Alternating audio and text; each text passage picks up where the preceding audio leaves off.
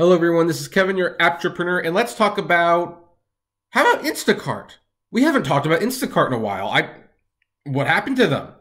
Basically Instacart wasn't doing anything wrong for a while. I mean, the last time I discussed their way wonky tipping option, which was basically a really confused mess, I didn't have a whole lot about them to talk about, and guess what's bringing me back to the conversation? That wonking tip system. Because the Instacart people who work for, I don't know what they call Instacart, workers.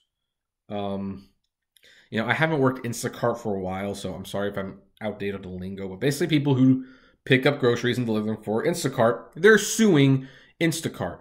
And Instacart settled for $4.6 million. And they filed suit against them over 18 violations.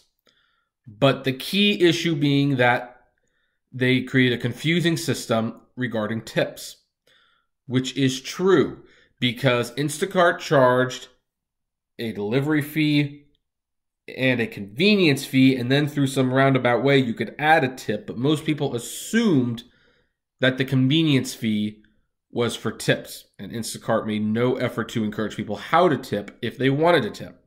So there was a class action suit settled, and Instacart settled for a little less than $5 million.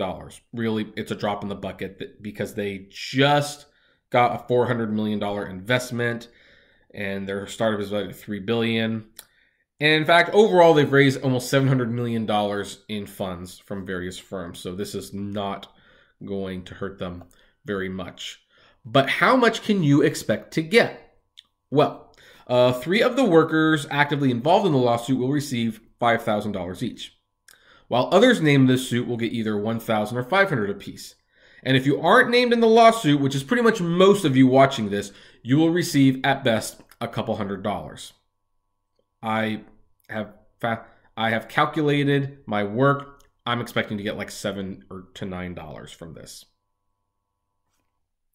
This is the problem with class action lawsuits, folks. I mean, I don't think class action lawsuits work as well as people want them to, because it's easier to get them to court, yes, because you've got 500, 700 people, but the companies will usually settle, and the lawyers will settle because they get 25% of whatever the settlement is. They're the ones who make out the most.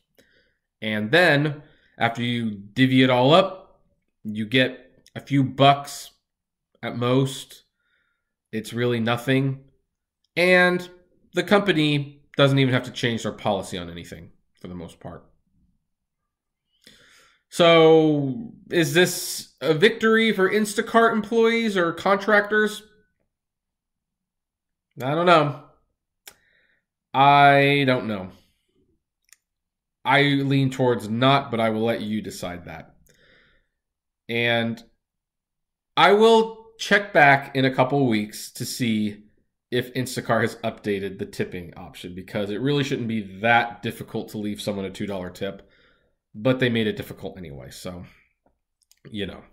Anyway, what do you folks think? Do you think this is a win? Do you think it's a lose? I'd love to know. Comment below, like, favorite, share, subscribe, and as always, flame responsibly. Have a good one.